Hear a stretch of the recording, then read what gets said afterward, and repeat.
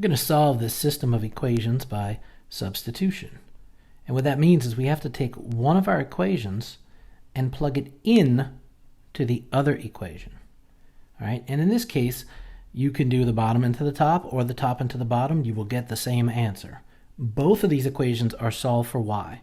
So that's very nice of them to do that for us. So what I'm going to do, I know that y equals 1/4 x plus 4.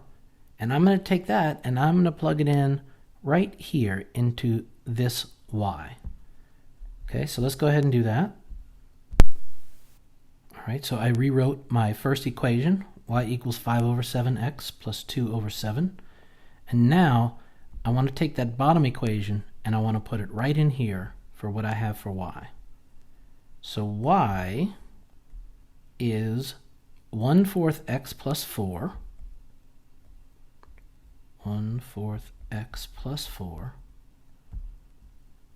and that equals 5/7x plus 2/7.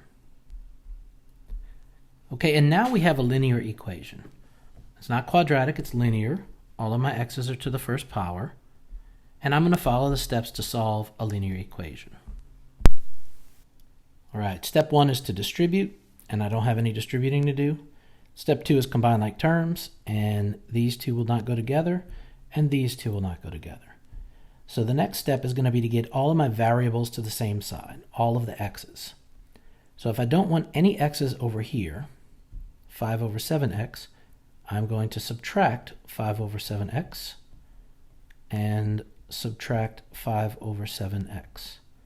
Okay, I'm going to subtract 5/7x from both sides.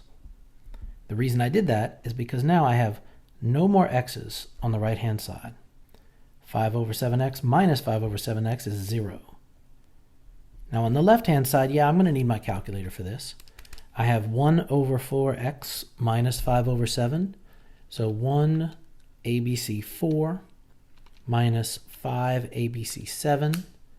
And that gives me negative 13/28. So I have negative 13/28x, drop down this plus 4, and then on the right hand side I just drop down the 2/7. All right, and now I have a linear equation, all of my variables on the same side. 2 more steps to solve this. The next step is going to be to get rid of this plus 4.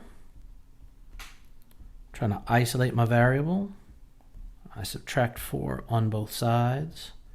So I have negative 13/28x, and that equals 2/7 minus 4. Let me get my calculator. 2 ABC 7 minus 4, and that gives me negative 3 5/7. Now we don't want to put a mixed number. So what we can do is use the calculator and go second ABC equals. That'll get us from a mixed number to an improper fraction.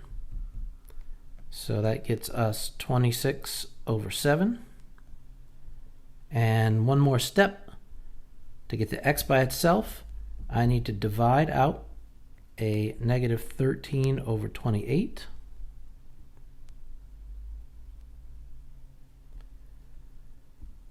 So the coefficients on the left reduce down to a 1, and now I have 1x equals, all right, and now I need my calculator for this step right here. Negative 26/7, negative 26 ABC 7, divided by negative 13 ABC 28. And now I'm feeling pretty good because my answer is a nice positive integer. X equals 8. Now, remember when you solve a system of equations, you're looking for the x and the y that they both share. X comes first, y will come second. So we found the first part. We found the x part. We found 8. And that's going to go right here in my answer. Now to find the y, I'm going to have to take that 8 and I'm going to have to plug it in to any one of the equations, and I will get my y value. So I'll take the one on the top. All right, y equals 5 over 7x plus 2 over 7. And I'm going to plug in x. And instead of x, I'm going to plug in that number 8. Y equals 5 over 7 times x, which is 8, plus 2 over 7. All right, we get our calculator ready for this. 5 over 7 times 8.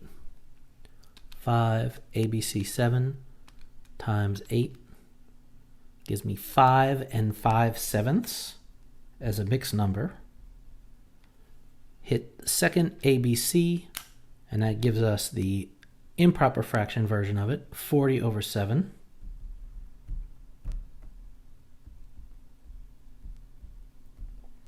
Plus 2 over 7. I don't even need a calculator for that. 40 over 7 plus 2 over 7 is 42 over 7. And 7 goes into 42 6 times. Y equals 6. So this system of equations crosses at 8, 6. That's the solution.